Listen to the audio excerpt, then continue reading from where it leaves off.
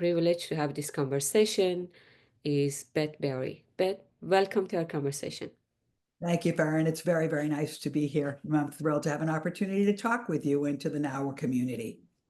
Thank you.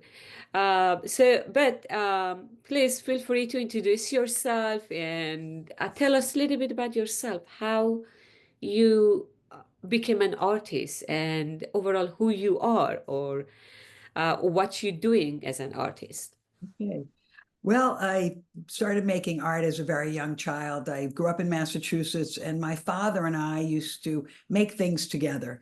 I had troll collections. I don't know if you guys know what trolls are. There's little elfin dolls that had these little pinched faces, and we made clothing and furniture for my troll collection. So I got introduced to the love of making things with my dad. And also I really enjoyed the kind of collaborative process that we were involved in. So I started making art very early and continued to make it, when I was a young child. And by the time I was in high school, I was applying to school to study art and also child development. One of the things I was very interested in was, interpersonal relationships and how I could be impactful in that way. So I went to college and studied studio art and child development, things that I was very, very passionate about. In college, I didn't have a traditional art training. It was a much more liberal training. So I didn't really learn a lot about, conventional space and drawing. So I was really more of an abstract artist from the beginning. Usually it goes the other way around. People become more abstract as they get older. I've become more representational as I get older. And then I went on to Pratt Institute in Brooklyn. I moved to New York against my parents' better judgment. I wanted to leave Massachusetts, and I've been in New York for probably 50 years. And at Pratt, I studied art therapy. I got my master's in art therapy, and it was just really interesting. I worked in psychiatric hospitals with people who had never made art before, and I was just so excited by the therapeutic aspect of making art, not the end product, but the process itself, and how exciting it really was for these people who'd never been exposed to art making, and also for myself. So I got my master's degree in art therapy, and I went on and did psychoanalytic training and got a social work degree. So I have been a therapist for close to 40 years. Are you still practicing? Yes, I still see patients. Actually, I see them right here. This is my studio. It was one of my son's bedrooms, so it's got really good energy in here. And for years, I didn't want people to know I was an artist, so I was not comfortable with showing them my art as I saw them as patients. And then I said, they're going to find me on Instagram. They're going to find me if they Google me. So this is who I am. But it took me a long time to feel comfortable with both parts of myself as a therapist.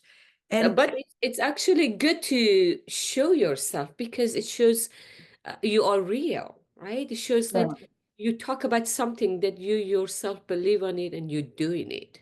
Oh, that's really important. That's very interesting because I am really authentic. Who I am is you see what you get.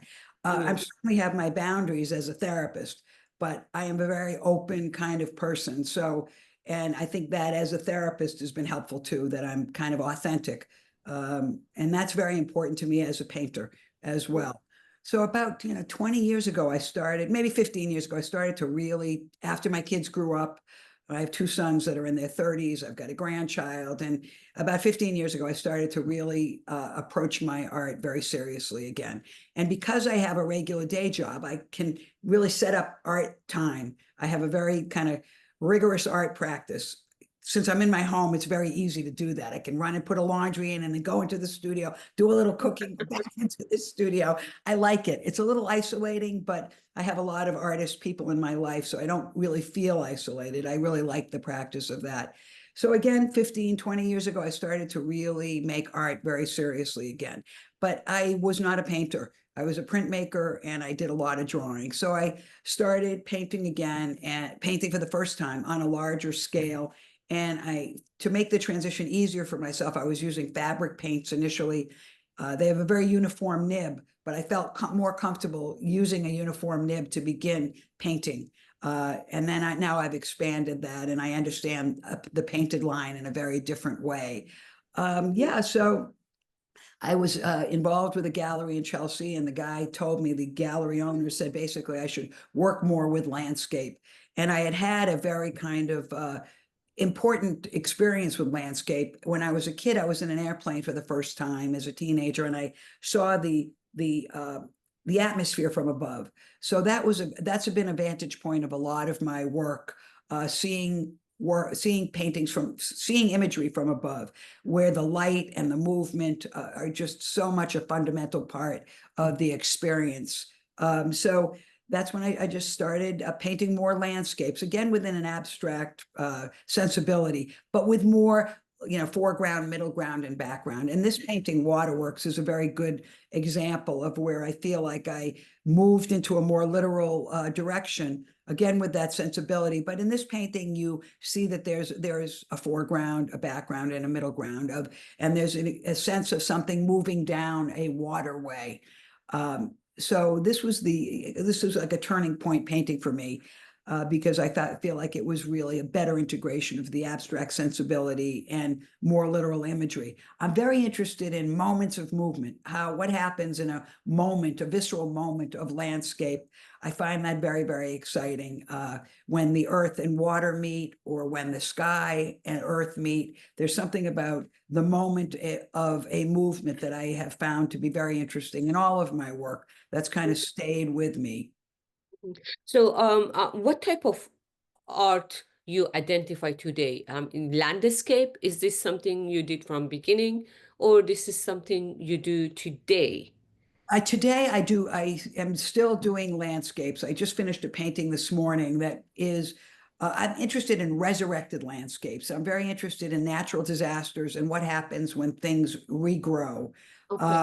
So I am still very much doing landscapes, but I changed about 2 years ago. I changed the canvases I was using. I went from rectangular to square canvases because I really wanted to get rid of the horizon line and create. So these are older paintings. I wanted to get rid of the horizon line and have the experience of landscape without a literal reference. That became very important to me. So you'll see in these later paintings that they are really not literal. They don't even have literal reference points, even though they feel like landscapes in the way that they're painted and in the color choices.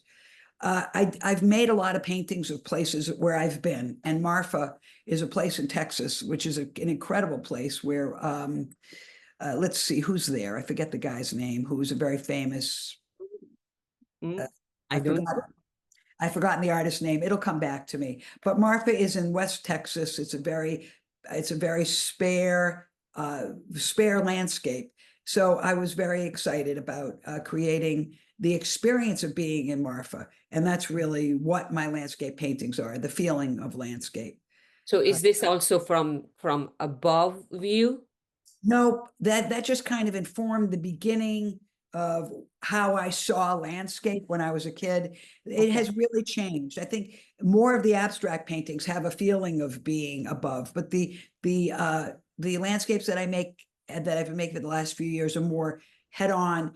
Also, just the visual memory I have of being in certain places. All right.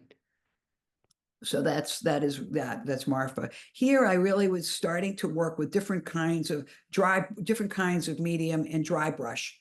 I really like what happens when you take a lot of the paint off, and the expressive nature of using a dry brush. And here you can still see with the purple lines here that it is still using those fabric paints, but using my fingers to obliterate the line there. And still again a literal landscape, but the expressive nature of how I think I was painting that, and the jewel tones. I'm very, very excited about color. The person I admire most is Richard Diebenkorn, and he was certainly a landscape painter, but also an abstract painter. But his use of color within the realm of the naturalistic color is just really exciting to me. So here again, I'm still within the frame of a kind of natural foreground, middle ground, and background landscape. Uh, yeah. Yeah. So, are you painting on a place, or you paint based on photo you're taking often from your trip? Well, Often this has no literal reference point. This painting is more just the experience of something somewhere. Okay. And also there's none of the landscape paintings I've made that I'm showing you today have photos as reference points. They're more the internalization of the experience. Okay. But I have used photographs to, again, as reference points to recreate the feeling of the landscape, not really what it looks like, but what it feels like. You know, Okay. So you based on what you saw somewhere or in past, yeah, or in and my then head, yeah, okay. some And some then integration. yeah, exactly. So that inspired you, and then you create your own version of that, Yes, that yes, feeling of landscape. yeah. Are That's the you using any of this painting for your patient? No. I don't work as an art therapist any longer, but I certainly feel that the therapeutic process and the art making process have parallels. They're both kind of open-ended creative processes there where you don't know where you're going to land ultimately. When I'm talking with a patient, I Yes. don't know necessarily where our conversation is going to lead us. So there's the kind of ambiguity in both processes that's similar. Certainly one is created in a dyad, so there's two of us in that process, but it's similar in the fact that it's more open-ended, and I'm kind of very comfortable with that. I'm All comfortable right. with myself with that as a therapist and as a painter. I'm Yeah. okay. I understand if that's something you work and you're actually educated in that. Just a curious question Yeah, often comes. feel free. It's Yeah. I feel very lucky that I have these two things that two passions that I really that have equal weight for me. I like to get out of my head and think about other people. It's good not to be worrying about yourself all the time or Yeah, true. preoccupied. We don't want to be so preoccupied with oneself that we're inundated with too much, considering the way the world is and just how challenging everything is now. It's good for me to be in other people's heads for a period of time. Exactly. True, true. Now, this painting was my response to Hurricane Harvey, which was the terrible hurricane that happened, I think, 5 or 6 years ago. And for me, this was kind of a painting about the fiery part of what happened there and the rebirth of it. So here I've got like the fiery imagery and the kind of tumult of a hurricane, but also the rebuilding. The yellows and the oranges are kind of the little stipplings of what's going to happen afterwards. This is a good example of the resurrected landscapes, which I like to call them. Those are a series of paintings that I make that are resurrected landscapes from things that have happened that are disasters, and then the rekindling of them. There's something that I find very exciting about that. Whether it's when something dies, it comes back in a very different way. So I kind of have adopted that a little bit in my own creative process when I make these kinds of landscapes. I understand. So that means rebirth. After fire, everything come Yeah, back alive again. Yeah, just comes back, and it comes back in a different way, but different. it never ends. That's the kind of important part of it. It keeps going. It's a different Yeah, iteration, but it keeps going. So I yes. like it. In a sense, that the essence stays. I mean, this is something actually a reference to Hinduism, the idea of samsara, and the cycle continue and everything goes back to essence, although it may be in different shape and form, which Right. is religion like Hinduism, Buddhism also Yeah, goes but there is around there that. is that essence. You're right. I mean, there is that central thing that's always there. It may be in a different form, but it exists. Yeah. Exactly. Yeah.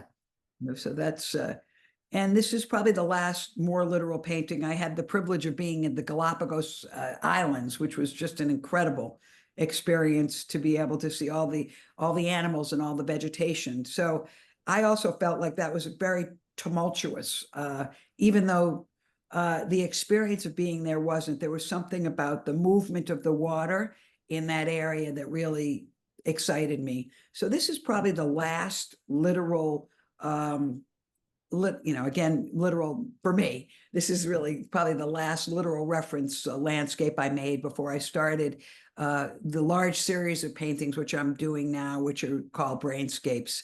here again, I'm very happy about how this feels on the canvas. I really like that it feels expressive and authentic in the way it moves and how it captures the light. But, in the middle of COVID, yeah, it was like in 2022, I decided to get rid of these shaped canvases and only made square paintings. As I mentioned earlier, large square paintings. So the next series of paintings you're going to see are all 36 by 36 inches. And again, my goal was to kind of get rid of the horizon line so I could really concentrate on creating shapes that have the feeling of movement and light and landscape without the reference point. So Why you made this decision, if I may? I just felt really limited Uh-huh. by the idea of a horizon line. And I felt like I couldn't shake it. Everything I was making had horizon lines somewhere. So I just thought to myself, you know what? Let me try. And I just made an assumption that the rectangular canvases by definition kind of create a horizon line if you hold them in that way, in the Yes. horizontal way. So I just said, look, let me try. I woke up one morning, so I'm going to just try something real radically different. And here, even in this painting, Claw, there is still a little line there that could be read as a horizon line. But I also felt like I was working in quadrants, and I didn't want to do that. So wanted to get rid of that line for that reason as well. So this was, because of my background in silkscreen printmaking, I'm quite comfortable in large areas of kind of universal, more uniform color. So this is the kind of the beginning of this series of paintings that are a juxtaposition of colors more than anything else. The kind of very exacting positioning of colors that are complements or shapes that are complements next to each other to create the space of spaces, of shapes moving in and out of each other. I started to begin. Go ahead. Yeah. So in a sense, when you created this square canvases, you concentrate more on shape rather than the space, Yes. Yeah. because Yes. by erasing that line, it kind of you came down and you focus only on on shape, and you zoom out or zoom in the shape. So that was the outcome of these changes or this revolution you did. Yes, it was revolutionary for me. That's a really good point. I never really thought about thinking about it in that way, but it's really true. It's the shapes that are much more prominent and the way the shapes abut each other and move through each other rather than the line. The Yeah, line, rather than through the space, rather than where the shapes are through space, now the shape within the shape. yeah, Yeah. that's really true. Yeah, that's really interesting. I don't think I was doing that consciously, but I do think that's what's happened. Uh, True, true. Yeah, sometimes we do some changes, we just desire, and we based on our desire and our thought, but I think it makes sense, I mean, yeah, you want to but see more shape rather than shape within the space. yeah, yeah. And it's the shape that fills the space and creates the movement and the stuff that's going on. Yeah. I am a member of the Carter Burden Gallery, which is a gallery in New York City, in Chelsea. And I had a show with one other painter when was that? 2000, about a year or so ago. And had an opportunity to have like 10 large scale paintings in the same space. So that's just a shot from there. And I think you'll see in the next slide, one of the paintings is there, that one, right? Cleopatra. So here, I really am very much and still very much excited now about layering and transparencies. Those have become much more important to me to create more activity in the shapes so that the shapes are not as flat and colorful. I really think I really like encaustics, even though I've never worked with encaustic. It's something I think I would really enjoy doing. I'm working much more here with a lot of gel mediums and creating.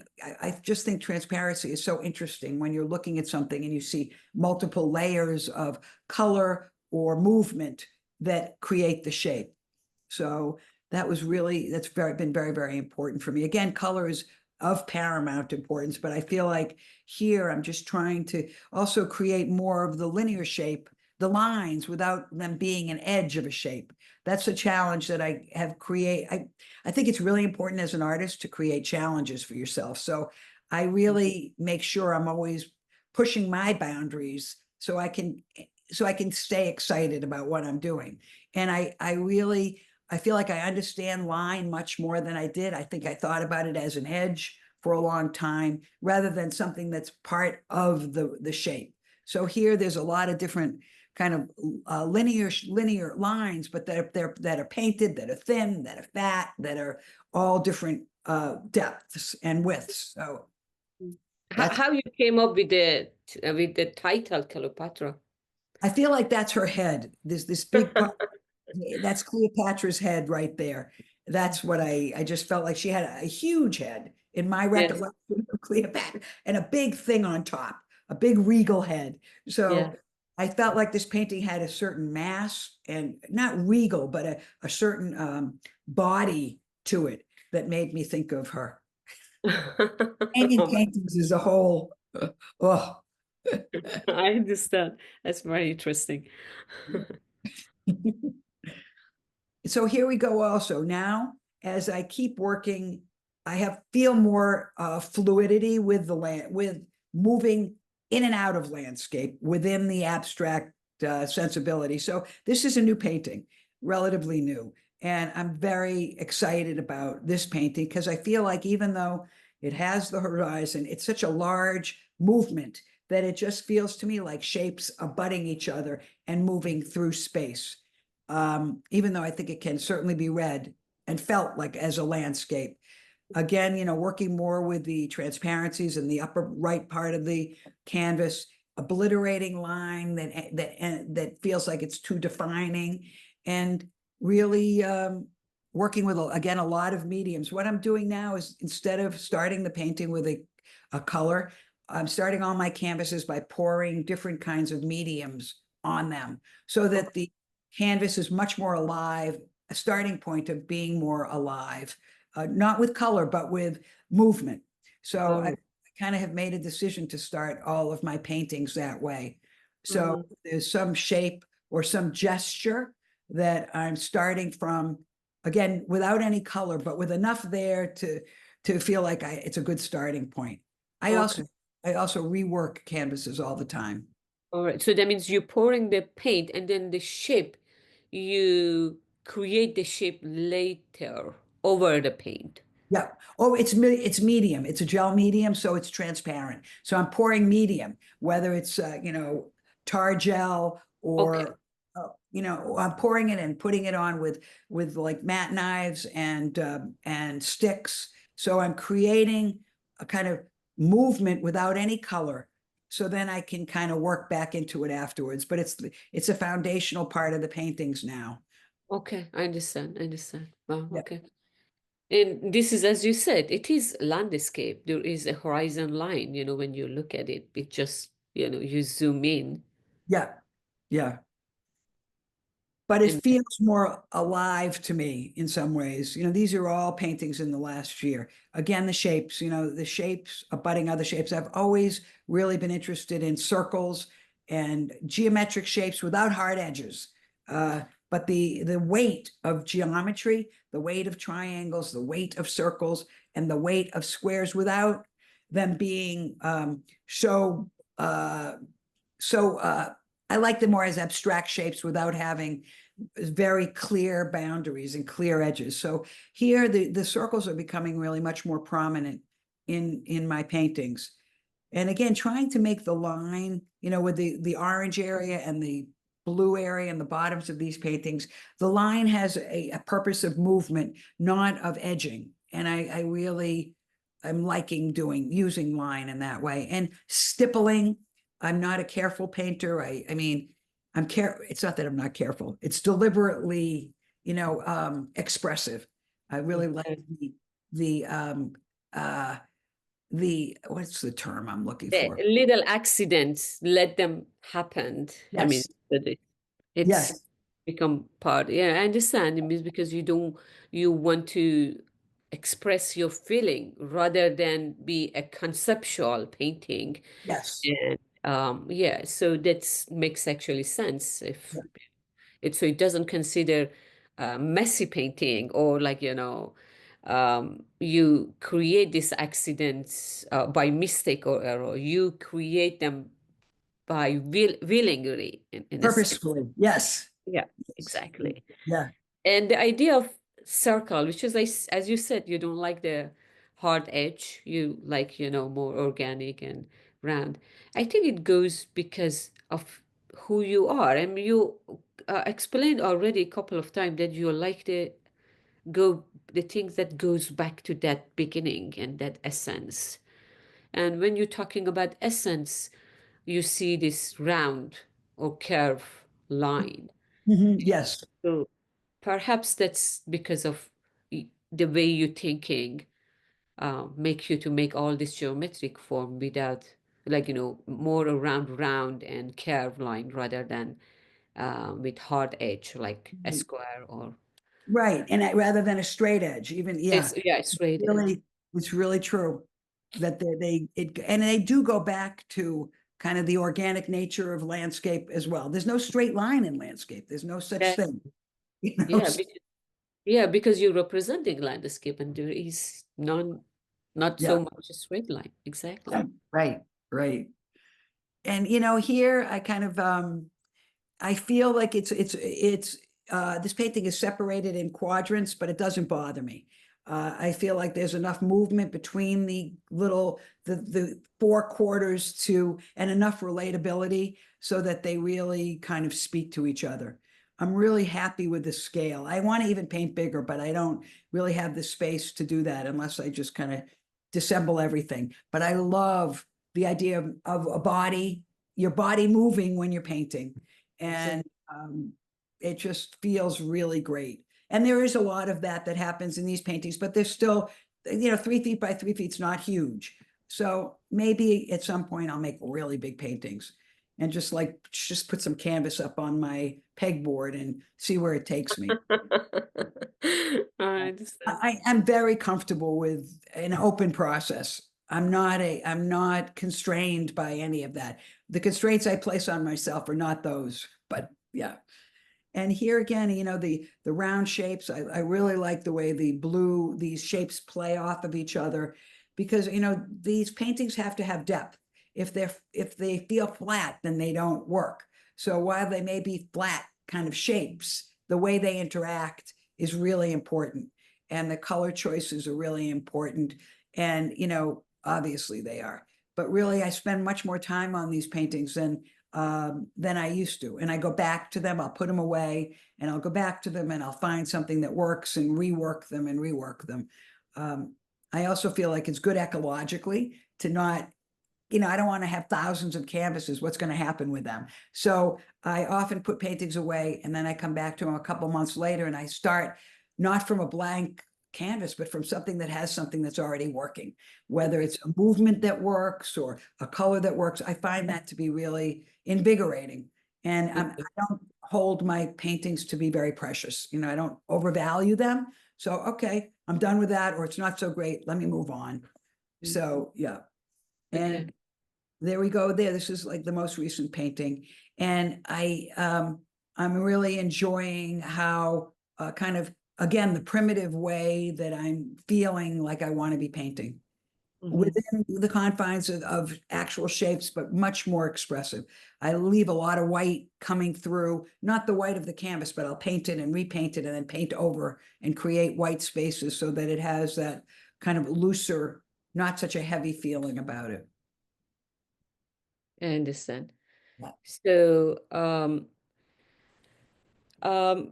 these are, I believe, your These are some publications, some articles, and publication. some Yeah. videos and stuff of that was that artwork there. Aside from my paintings, I used to collect outsider art because of my experience with working in nursing homes with patients or psychiatric hospitals with patients who had never had any art training. I found out there was a whole trend in art called outsider art. So about Oh, 20 years ago, The first Outsider Art Fair was in Manhattan, and it was from a gallery in Montgomery, Alabama. And all of the people were either mentally ill or drug addicts, and they made these amazing paintings. So some of these paintings in this article are from these outsider artists. So that article was written about my work and the outsider artwork.